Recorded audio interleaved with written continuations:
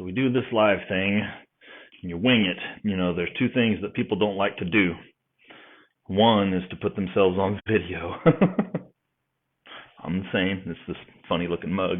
And two is to do it live so that you don't have any opportunity to make mistakes and edit them and repair them and that kind of thing. So here we are live.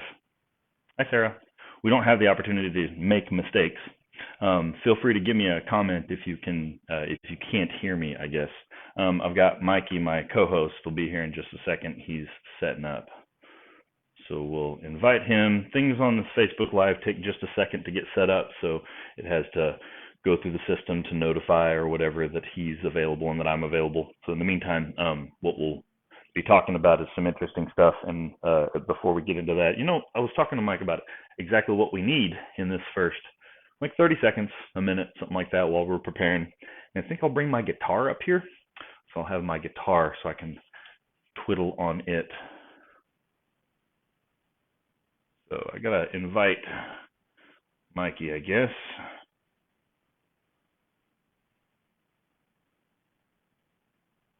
Because it's that time. And we have subdivision regulations to talk about. A bunch of stuff, actually. I had a whole list. So I'll pull it up here while we're waiting on him.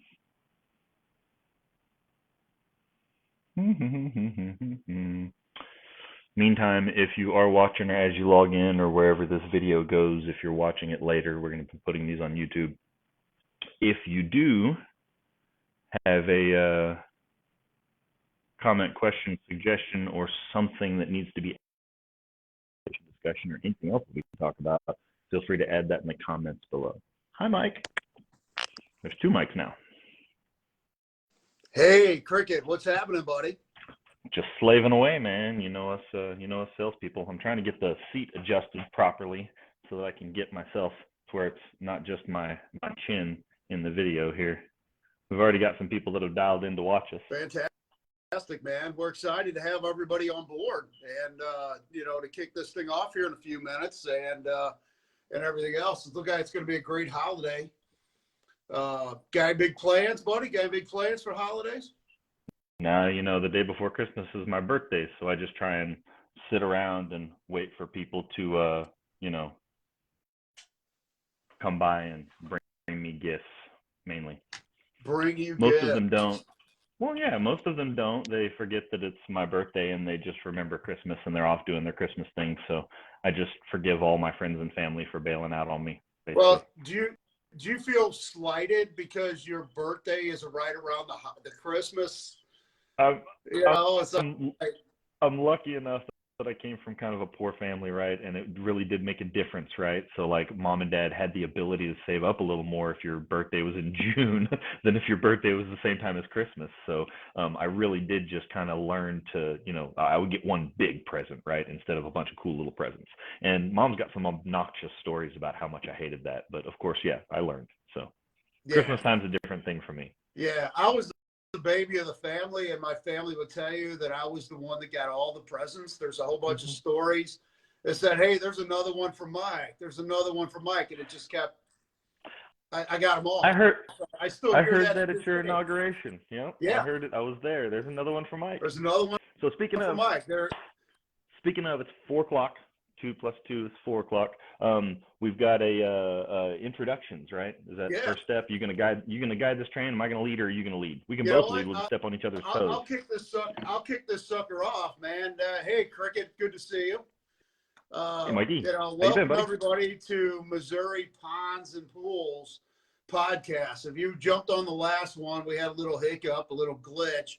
We got the glitch fixed, and here we are. So just want to give you a quick introduction of who we are here.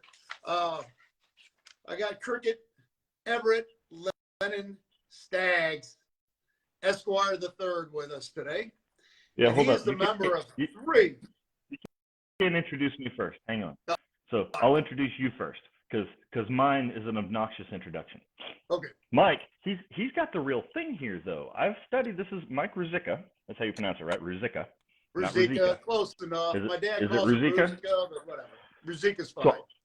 I'm dyslexic, right? So if I told myself to pronounce it Ruzicka, I would pronounce it Ruzicka just because that's how my brain works. So now Yeah. I'll remember it.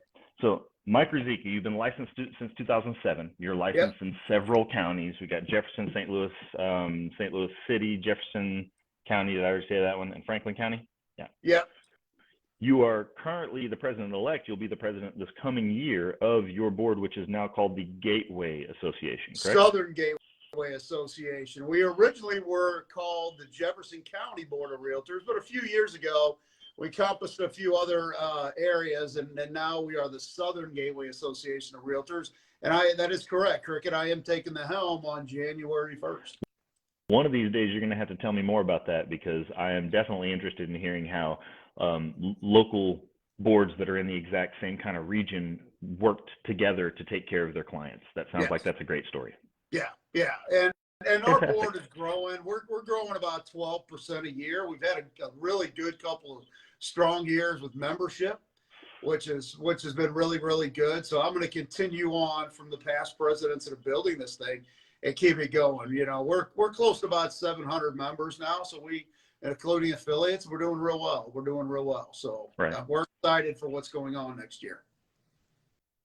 Sense. And hear me okay? Yeah. I'm having mine. Turn this on. It's cutting out a little bit. So maybe.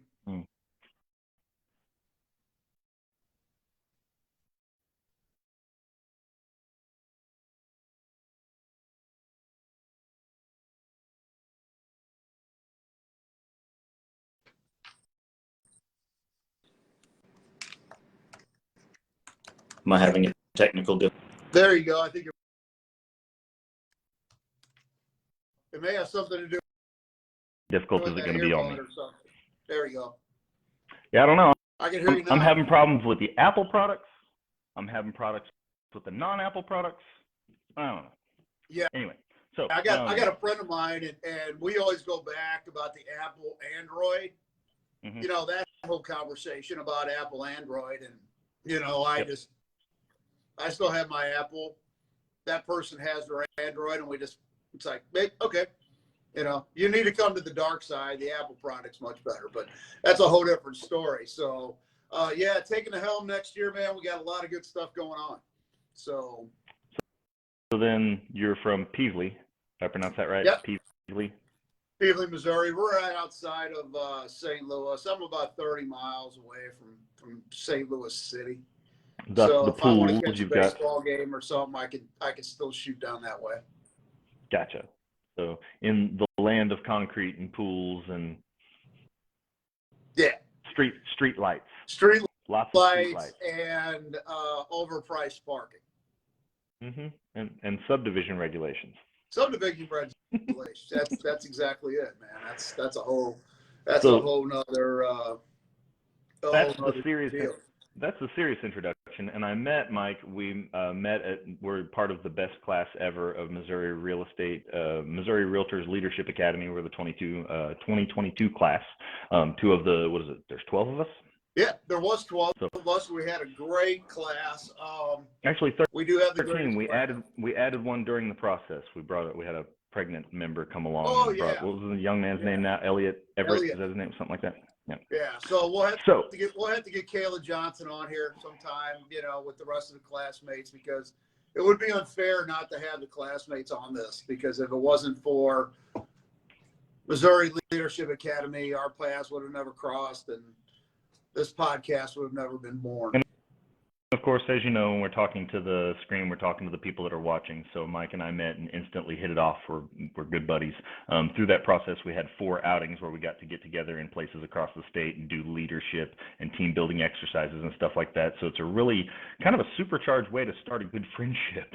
It worked really well. Yeah. And now I get to watch him through the process of doing this coming year what I did last year, which feel free to bring us to. Mikey, go ahead and if you'd like, introduce me to all the people that you know that I don't. And I'll stay here and look distinguished. Yeah, this is, like I said before, this is Cricket, Everett, Lennon, Staggs, Esquire the Third. There we go. We got most of that. Right. Most Yeah, of that's true. and you're currently a member of 3 boards and 3 listing services. That's amazing. I guess those dues are really good to have to pay all those dues. MLS board member, and you're currently the president of the Lake of the Ozarks Board of Realtors. Is that correct? For another 10 days. Nice, nice. How many members you guys got down there? What you guys got going on? So primary and secondary members almost 200, primary and secondary members somewhere around 250, and then we have MLS only members in our area because we have a unique MLS. So we've got somewhere around 500 or 600 members total there. Yeah. Oh, that's good. That's good. You're also the council president of Laclede Literacy. That's awesome. Elevate Lebanon board member. That's another good one. It sounds. And this is an interesting one. What is the changing table? I know what a changing table is, but from a real estate perspective, changing table. I don't get it.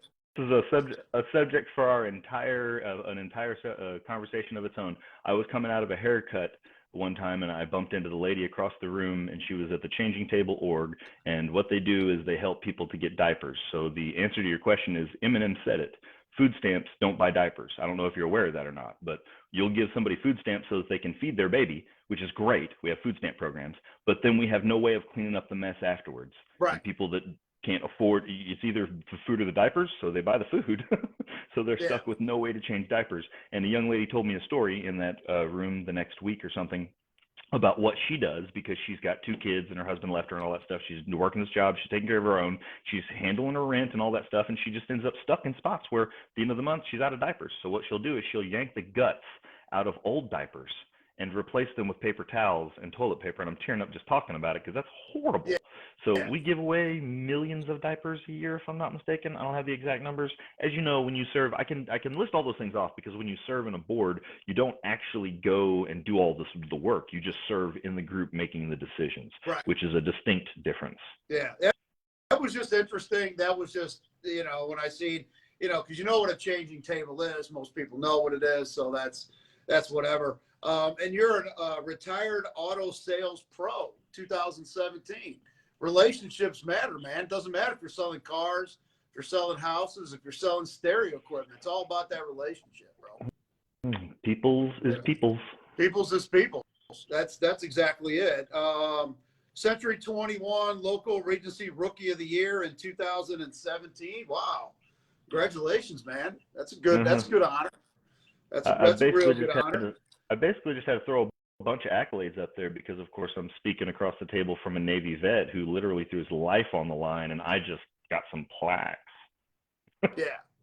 I mean, I didn't almost die, but I was over there in Operation Deliberate Force in 1995, 96, taking out Milosevic over in Czechoslovakia and Bosnia, and doing all that crazy stuff, man. And that's, getting back to some of those stories that we have. We would watch the declassified videos a few days later of what we actually did. These jets would take off, because I was a jet mechanic, so I was on the flight deck. And so these jets would take off, and they'd have so much ordnance, they'd almost be touching the deck. And then, so they'd come back, and they'd be completely empty, just empty fuel, you name it. And these things were 1,000-pound bombs, and they look like tree trunks, and they come back, and they're empty. And, planes are completely empty. And we watched that video, we're like, oh my God, what they did to these, it was just absolutely amazing. Watching these bombs fly right into these houses, it was crazy. It was absolutely crazy stuff that we did. And, but, hey, we're all helping. And that's the most important thing. We're helping, we're serving. Our serving just continued from the military to real estate and my clients now. Another one, and who decided to make you the lead heckler? Who's the be-all, end-all that says, hey, you're the lead heckler? I can give you a run for my money. I can give you a run for my money. You run for your money, bro, for a heckler. If I'm gonna lay out a line of BS, I might as well lay out a good one. Yeah, it's got to be good. It's got to be good. My dad used to always say, you can't bullshit a bullshitter. Right. So, there's that, man. So that's our background. Hey, that's where Mikey and I are from.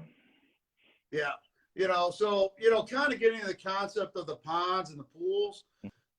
He's from Lake. He's from the Lake area. He's from all the areas that have tons of beautiful scenery, lakes, ponds, you name it. And I'm down here. I'm the city kid, and I got a pool in my backyard. So, which is kind of cool, you know. So that's why our banter and the way that we are going to present this podcast is like ponds, pools, and how he looks at things and I look at things. It's, you know, there's no right or wrong. However we talk about this is going to be the way it is. They'll see, Mikey. They'll get used to it. Like what we're going to talk about today. What was it? Yeah, hey, you're thinking about that, man. Being down there at the lake, do you guys have a lot of issues with homeowners associations and restrictions and covenants and some crazy things like that? Because there's been a lot of things going on in the state of Missouri. I think you've heard about this too, about them cleaning up some of these restricted covenants that have been passed years and years ago. They're really horrible because they wouldn't let you move into some of these areas because of the color of your skin. Yeah, that's wild. Come on, man, that's ridiculous. What's your take on that, bro? So filling in the consumers that are out there that are listening to this, and to help you to understand where we're coming from, subdivision regulations, homeownership associations, and deeded covenants and restrictions are the things that came about a long time ago so that we could do some positive things, so that real estate could move in a positive direction. What I mean by that is what we tried to set up, what human beings tried to set up long ago in these restrictions and covenants, is the ability to set up forevermore that this piece of land can only be used for this particular thing, for example. So you might live in a residential area right now. You notice that you don't have a grocery store right next door to your home. Most likely you've got another home. That's how residential restrictions work. Mike, I live in an area where we have property that has 0 restrictions, 0 covenants. Right. What we call it out here, what the folks in the country call it, is God's country. And what I like to say is that when the good Lord gives you a piece of land and tells you can do whatever you want with it, sometimes you do just that. So you'll see some of these properties that are out here in the country that there's no regulations, no restrictions whatsoever, and the places are absolutely wasted. So piled up with weird stuff, piled up with junk and trash. There's a subdivision regulation right down around the corner in Four Seasons that says that you have to have a trash receptacle covering that matches your home, that you have to have a mailbox receptacle that matches your home in fit, finish, and color. It says that you can't cut down trees on your own property unless they are a certain size or under. If they're over a certain size, you have to have permission of the group. So those are homeowner associations, and they're ones that charge money. And without going into all the differences, yes, we've actually down here in the country, the weird thing is we've got a weird mix of all that piled together, whereas where you are, you've got older versions of it that seem to have started off in weird places like red lines, right? And those lines, and if you don't know what red line is, Mike knows that their realtors are very familiar with them. They're the lines that were drawn by bankers a long time ago that said, we will not loan inside of this area because of the property values or whatever, right? So those red lines were traditionally drawn around poorer neighborhoods that were traditionally filled with ethnic society. Right. So it was a right. And kind of, you know, and to that point, one of the first recorded associations or restrictions were back in 1905 in Pasadena, California is where it started. And what you said is right. It's basically the reason why they do this is they wanted to minimize, you know, a minimum cost. So they're telling you, you got to build this big house. So that was one of the reasons. The other reason, it was an upscale neighborhood, of course. And then the other reason, and the biggest reason, is to control the people coming in. So those are some of the factors that started, you know, back in 1905. And there's probably been other inclinations of it, you know, before then and, you know, around that same time. But those are the big factors. And then, of course, it spawned to, you got to have this color and that. You know, where I live, in my subdivision here, one of the big restrictions that we have is we have to keep our trash cans inside of our house. Wow. They can't be visible. They can't be visible from anywhere on the street or the neighbors, they can't see it because I had it on the side. I thought, well, nobody can see it. Well, one of the people on the other side of the subdivision could see it, and I had to move it in. Doesn't that stink? It does stink. Literally, it does stink, and it stinks in the summertime because you have so much stuff in your trash can, and it's just you got to bring it in and out, and it's just it's disgusting. So, But looking at it from a real estate perspective, I've shown houses inside of the homeowners associations, and I've seen ones that had an association that no longer have an association, and they are night and day. right. Some people may like them. If you don't like them, okay, I'll send you to Cricket. He'll get you a nice spot. You can do whatever you want. But hey, if you like all of that stuff and you like the conformity, I'm a military guy, so I kind of dig it. Well, you can't. And I like, and I dig that structure. Well, riddle me this, Batman, because you can't throw the baby out with the bathwater, right? If you're living in St. Louis and you're working and you need to live in a home, you're going to live in a home that's in a subdivision at least, if not in a homeowners association. And the difference, just if I haven't covered it yet, the difference would be like a homeowners association has a actual board that meets that's human beings. A subdivision might have deeded restrictions and regulations that say that you can't build a fence on the property line and stuff like that, but those are actually normally regulated at the county level. So like literally if you got a problem with your neighbor and how they're building the fence, you got to call the county or call the city and have them come and kind of work it out. And so it's a little more frustrating, and there's no list of people, like Keith's saying he can never do an HOA. There's no list of people that you would go to in the HOA. You live in an HOA, correct? Yeah, I live in an HOA, and what you're saying is right, that the county will supersede those indentures, and their rules and regs and their building codes will supersede our HOA, which is good. Yeah. So your county, the good Lord, he lays the baseline, and then beyond that, you've got the county lays the next line, and then there's subdivision will lay a line above that, and then there'd be actual HOA, homeowners association, or property owners association, and they're not allowed to make any rules that negate any of the rules below them. That's actually where some of the big, all those rules anyway. When you make those kind of changes anyway, have to have a specific amount of home ownership or homeowners vote. There has to be a vote on it, and there has to be whatever a quorum would be for that to be to happen. But it's That's what I was going to ask you, is because you're a member of that homeowners association that you're in, and currently you're in a situation where they've set up that you have to have your trash can inside of your house, which causes in my opinion, causes only a small problem, but does cause a problem because it's kind of a stink in your garage, right? It stinks in your garage. Right. So there's got to be other solutions. And of course, the question that I'm asking is, how do you affect those solutions? And I think the answer, correct me if I'm wrong, is probably something to the effect of go to the meetings and work with the HOA to try and find a resolution, i.e. rewriting the regulations to where they work for everybody, even if that means, like you said, studying on other solutions.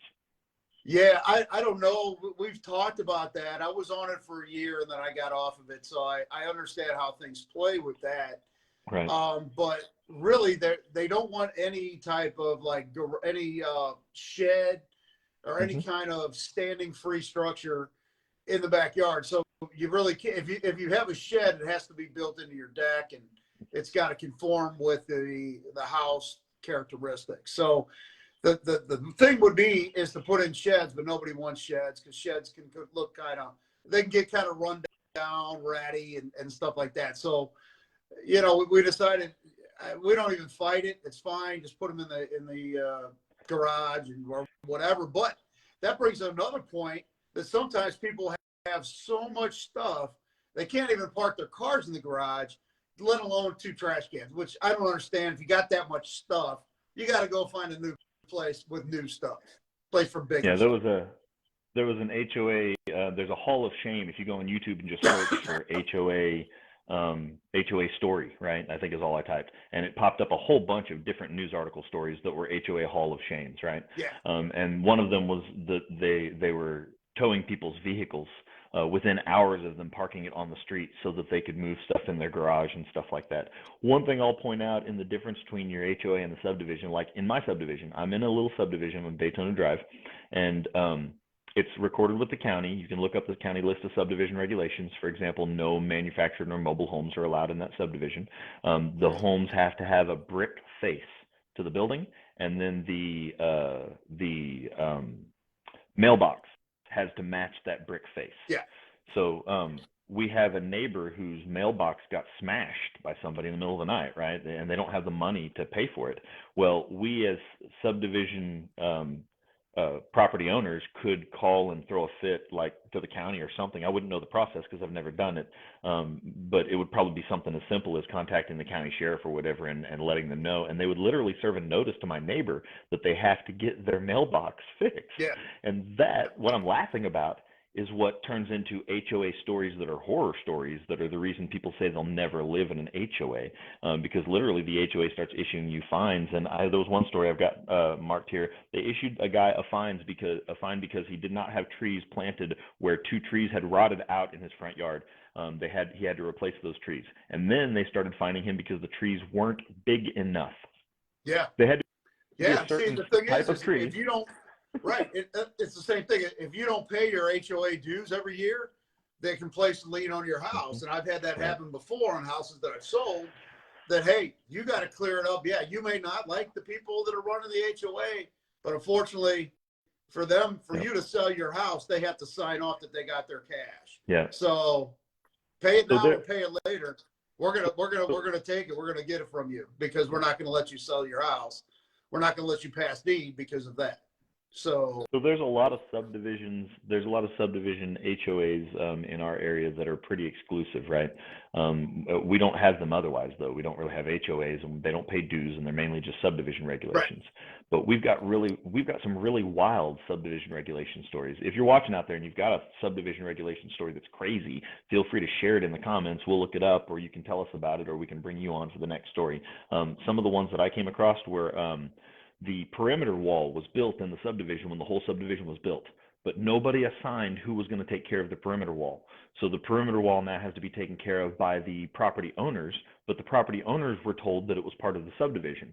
They did not read their regulations carefully enough, and again, the agents that worked for these people most likely apparently didn't read this into the regulations and weren't able to point it out. It's one of a couple thousand things that might be something you could point to when you're walking through a home with a client and they're trying to decide whether or not to buy it. Mentioning whether or not they own that back wall of their, it's an identical wall to the rest of their home, right? They've got their backyard home between their neighbors, concrete block walls, and then they've got a concrete block wall that's blocking them from the highway, right?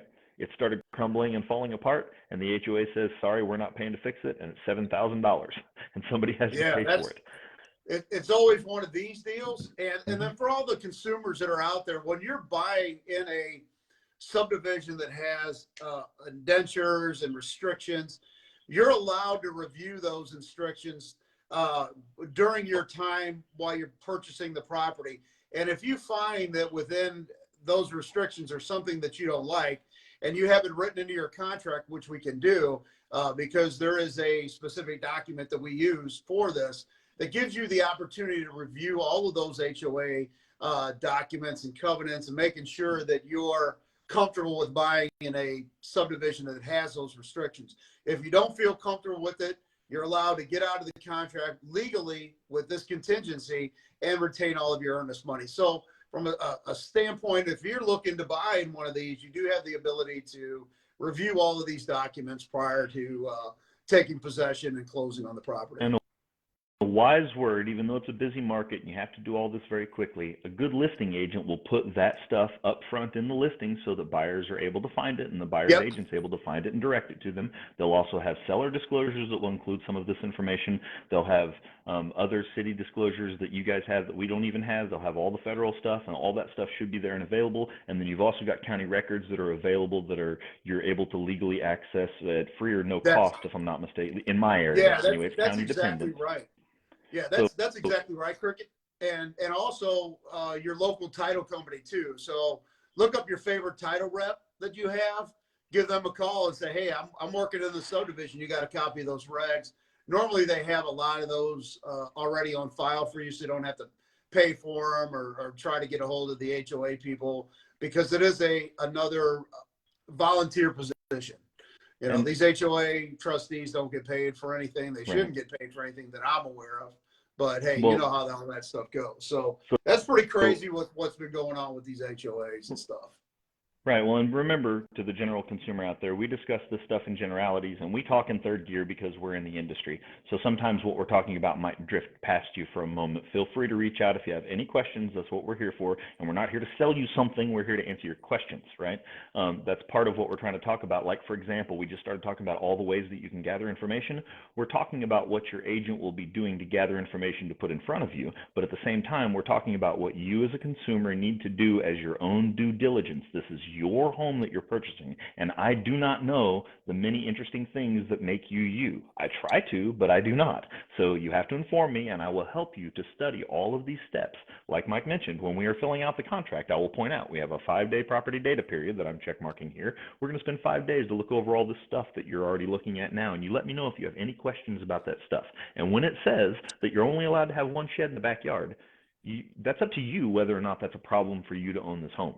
I can only have one shed in my backyard. I didn't know until I put up my second shed.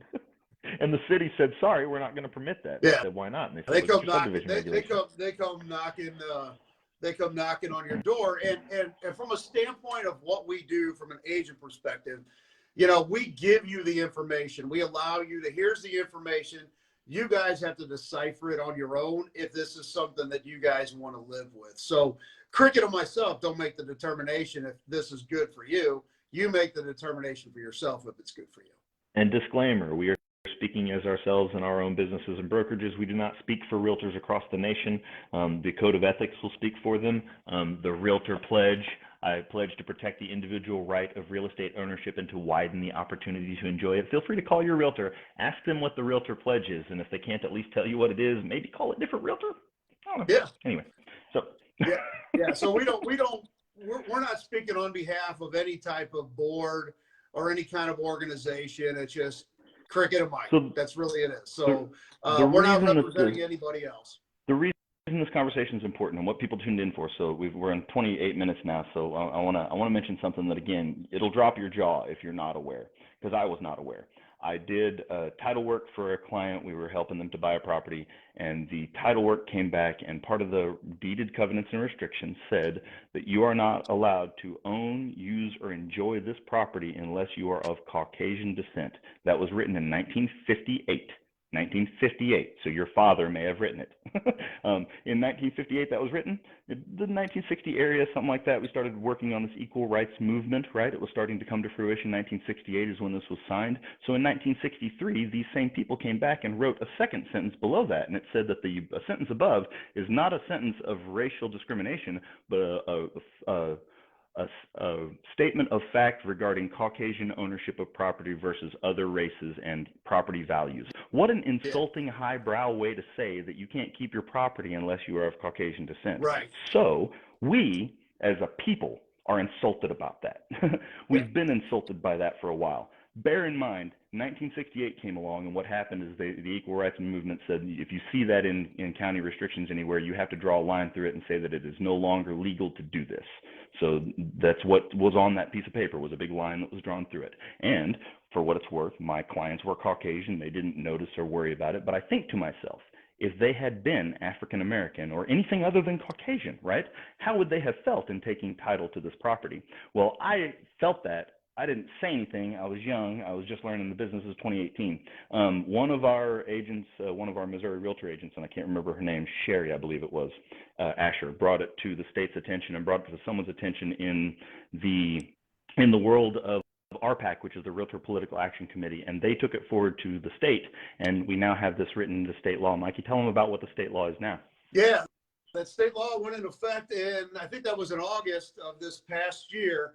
It was brought into fruition, and what that does is that allows any title company that sees this verbiage written in any of these covenants to allow them to strike that verbiage. So kudos to RPAC, kudos to everybody else to get that strike.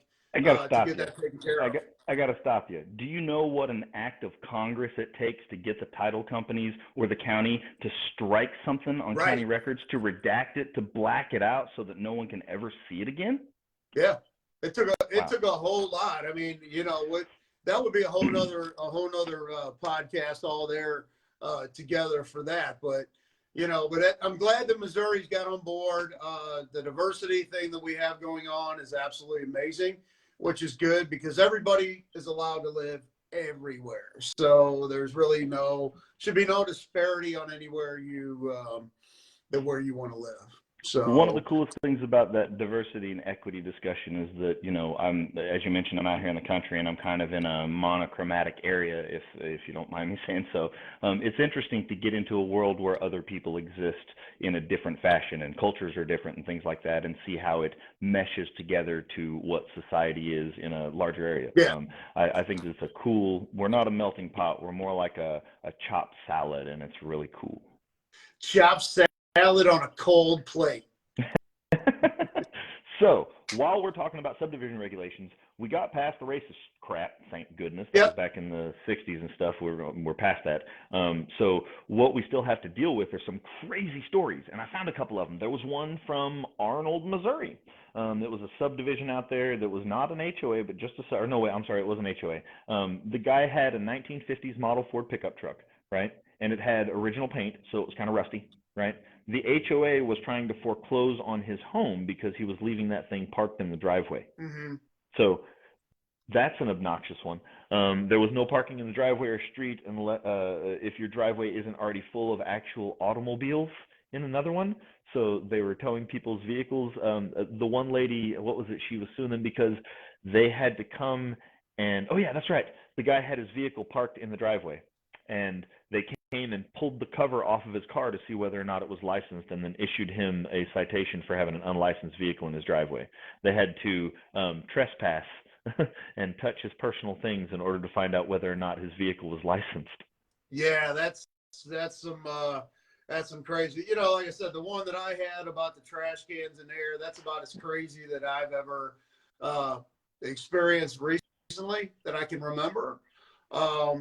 Yeah, like I said, let your agent, if you're concerned with it, let your agent get you that information so you can make a educated guess if you want to live in a subdivision with restrictions and covenants and things like that.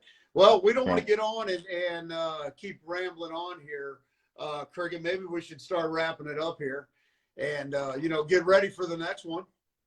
I would rattle all day long, but I'll stop. So let's wrap up with some positives and negatives, right? Because, of course, if you were to come to this conversation thinking that I would point out that subdivision regulations are crazy and that you would point out subdivision regulations are common sense, I think you might leave this conversation with a different understanding because, of course, both of us kind of give the same advice. Read them yourself. Make sure of what you think you can be comfortable with. Some of the advice that I would give would be read them with a negative connotation. Read them in the most negative light possible, just so that you're aware of the most negative that somebody can read them, because if you're going to a court of law to argue with your neighbor about something, you want to be specific. It's nice to have things in black and white. Right. What are some of the benefits to having these subdivisions? What about the community areas, the community playgrounds, the pools?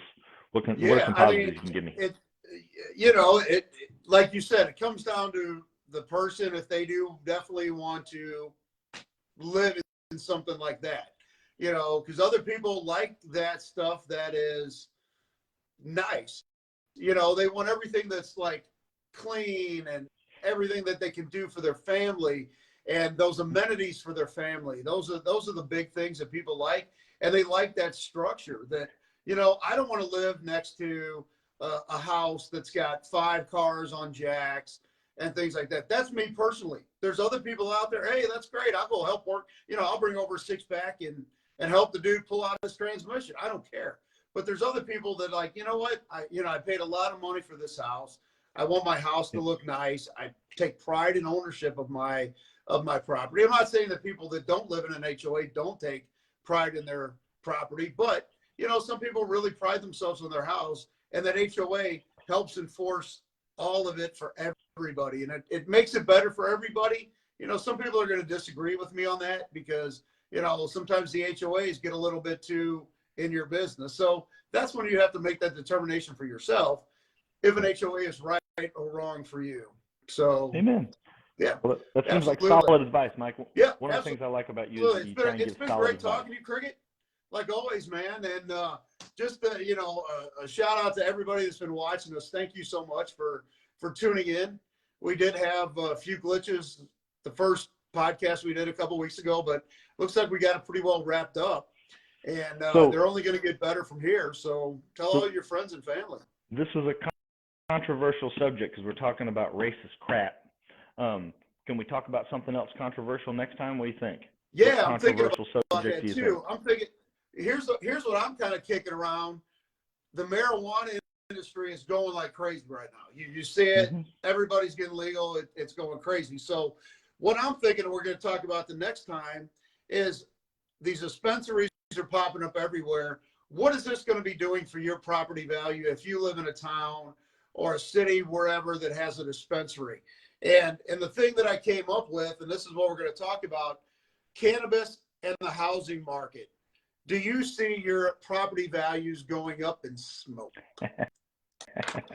So I'm glad you mentioned that. I'll mention as a teaser, one of the associations that I serve, if you stand on the front porch right now, you can smell the funkiest weed you've ever smelled because there's a huge warehouse right across the street that is growing a ton of it. Yeah. I'm interested to see how that affects our market values. Yeah, it'd be like, absolutely. It'd be like having a skunk next door. Without getting too much into the tax money that these cities are bringing in, and just look at Colorado. They have a surplus of money because of what they did years ago with the legalization of cannabis. Yeah, save it for the next podcast. We got to save it for the next one, man. We got to save it for the next one. Looks like we're going to do it the 4th.